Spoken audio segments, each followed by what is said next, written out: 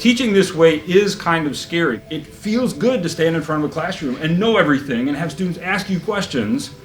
But I'm standing here saying, how do we teach and learn if we are going to be educating students in a way where you guys can have a say and have positive impacts on the world in the future?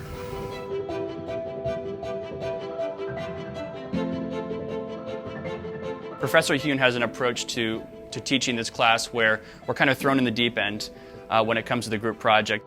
We don't have everything figured out. The professor isn't always there to tell us because the work isn't exactly designed. We're figuring out what the problems are because this is something that people have never done before. The genesis of this project was Mark from Habitat reaching out to me. This is our first all-electric house, and they're really studying down into the nuts and bolts to see if it is truly going to be the low-carbon house that we envision it to be. It's not often that we get to see things actually put into action. Everything we do is kind of theoretical. So getting to analyze this house and really think about the ways that it affects the people who are going to live there, the different ways that engineering gets to play into everyday life, that's pretty rewarding.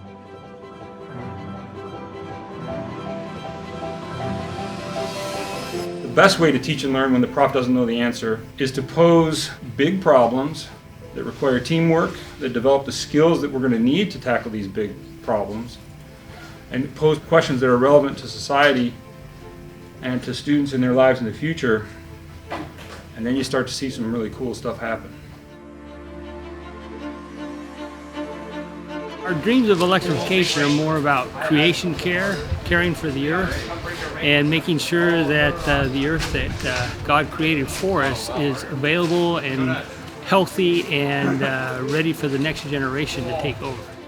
A lot of engineering work, could be thought of as service work or volunteer work because you're designing and analyzing things, to improve society and to help other people in the community.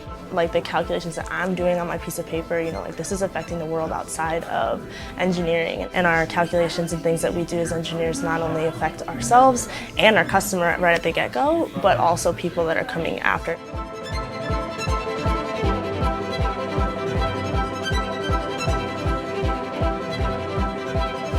I like to say, kind of jokingly, less teaching, more learning.